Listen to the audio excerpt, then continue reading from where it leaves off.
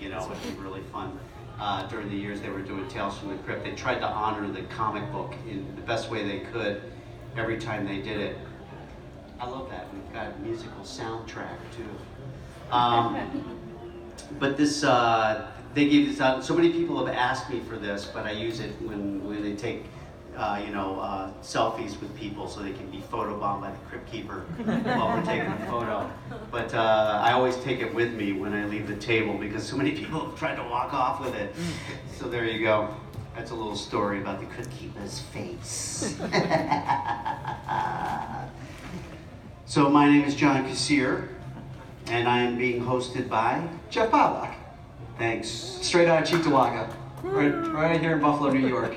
Excellent, excellent. Welcome to Buffalo, John. Thank you very much. I'm really glad to be here, and I'm glad you're all here. Thank you. Is this your first time visiting? It's not my first time to Buffalo. It's my first time to Nichols City Con. I think maybe a year and a half, 2 years ago, I was in Niagara Falls. And my wife and I went, and we had a great time up there. And then I came back through Buffalo, and I'm a kind of an architecture buff, so I really enjoyed looking through the city. Checking out all the architecture. There's even some Frank Lloyd Wright stuff here. But it's funny, some of these older cities, you come through them, and you're like, what were they thinking when they put a road here? But they were probably built long before they had cars. A lot of the buildings and stuff. So it's like the roads don't always make sense. You should try, if you've ever tried to navigate Washington, D.C., forget about it. But I grew up in Baltimore, in a rural part of Baltimore, and in fact the Preakness is probably on right now, isn't it? I should be watching that. I never really used to watch it anyway. We'd always be drunk on the infield, so never really got to see the race. But my mom grew up in Springfield, Mass, in a historical Victorian, so that was kind of like, and I used to take, when I think about it, I used to scare my cousins, my little cousins. I'd take them through this old house, and I'd write, like we'd go up into the attic, my cousins and I would write, stuff in the mirrors, in the dusty mirrors, and we'd write beware and stuff like that, and I'd take them on a little tour through the house. My mother's maiden name was Cassilius, and I was like, this is the house of old man Cassilius, and I'd take them through, and it was kind of like my first crack at doing the Crypt, a Crypt Keeper like character back in that day. I was just about to say, if that's not a precursor to your career, I don't know what is. I know, right? But that's why one of the reasons I have such an appreciation for old architecture. So yeah. You're also in a good city if you're wearing a hockey jersey. That's it. On top of that, I love hockey. This jersey was actually given to me by an amateur hockey team that called themselves the Crypt Keepers. They probably spelled it with K's so that they couldn't get any copyright infringements. Of course, they go, the C was for the keeper. The keeper, and they said, so what number do you want? I go, what do you think? Of course, oh, that's perfect. And I've had a lot of people try to steal this off my back too. But I'm gonna have to get something similar made up. I'm not gonna steal their design, but I'll have something similar made up to offer for fans to get, because it's such a great thing to have. I wear it to every convention because I just so enjoy, wearing it. It's like, oh, there's the Crypt Keeper in his hockey jersey. It's like, it's so cool. Is there an NHL team that you follow? Closely, or that's your team? I do live in LA, so the Kings. Cool. They did have, when I was a kid, we had a AAA team in Baltimore called the Clippers, and they had the fight song. It was like, go you Baltimore Clippers, go you Clippers for Baltimore, go you Baltimore Clippers, and score, score, score. Win you Baltimore. Anyway, so every time I do any team in LA, I'm like, go you LA Kings. There we go. What's that song from? I don't tell them it's like the old Clipper song. And you get like a whole group of people singing at the hockey games. But getting on to Tales from the Crypt, a lot of people don't know how I wound up getting the part. It's kind of a long story of my acting career is now into its 38th year of supporting myself as an actor. I've always loved acting since I was a kid, and I got involved in doing circuses in my basement, and entertaining the other kids in the neighborhood, and getting involved in plays and high school and even in elementary school. And then I went full on to it in college studying theater. And I moved to New York as a theater actor and got, I'm gonna stand up just because I like standing while I'm talking. Because I used to do stand up. Sit down. You know, I used to do, you know, theater in New York, and it's really hard to make a living doing that. So I started street performing in front of the Metropolitan Museum. You know, I would dress up in whiteface so people knew I was doing an act there, and I would climb the building across the street and hang a big banner on the building. You know, now appearing John Kassir, and people could see me for two blocks on either side. And the next thing I know, they'd all sit on the steps of the museum, and I'd be performing down on the sidewalk. And all kinds of people would be coming by, and you know, buses would have to stop at the light, and I'd go out and I'd pretend to mime lasso the bus, and I'd start walking like this when the light would change, and the bus could only go as fast as me, so it looked like I was pulling a bus down Fifth Avenue, and people would be like, "Oh my God, look at that guy pulling a bus down Fifth Avenue!" And so that's how I was supporting myself, and from that it kind of, you know, as I was auditioning for theater, I got a part in an off-Broadway show called Three Guys Naked from the Waist Down. And I know that sounds like really rude, but it was about stand-up comics, because that's kind of what a stand-up comic feels like when they're in front of the audience and they're not getting laughs. And they kind of feel naked from the waist down. So, you know, anyway, I got in that show. I got a part in the show, and it was me and Scott Bakula, who you know from Quantum Leap and CIS New Orleans, and he played the MC kind of guy. I played kind of the, like, you know, the really screwed up Andy Kaufman kind of guy, and then the guy who wrote the piece, Jerry Colker, played kind of the angry kind of lawyer turned comedian kind of guy. And we become a big hit in the second act of the show. Think Dreamgirls, but with stand-up comics, a musical of stand-up comics. And instead of singers, they're stand-up comics. And so Star Search was in their first season, and they saw me in the show. And they said, "Hey, we want you to be on Star Search." I go, "What? As a singer?" And they go, "No, as a stand-up." I go, "You know, I'm not really a stand-up.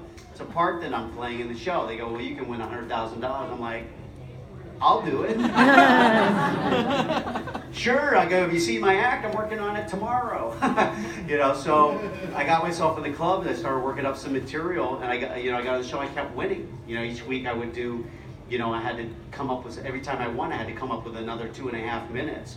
So I was pulling all the stuff out of my street act, and I was putting stuff out of the comedy group that I used to work with back in college, and I used to do stuff like The Wizard of Oz in 2.5 minutes, and be like, "As mayor of the Munchkin City, the county of the land of Oz, we welcome you most regally, but we got to verify it legally. We represent the lollipop you, the lollipop you, the lollipop you." And you know, ding, ding, ding, ding, ding, ding, ding, ding. Oreo, yo, Oreo, yo.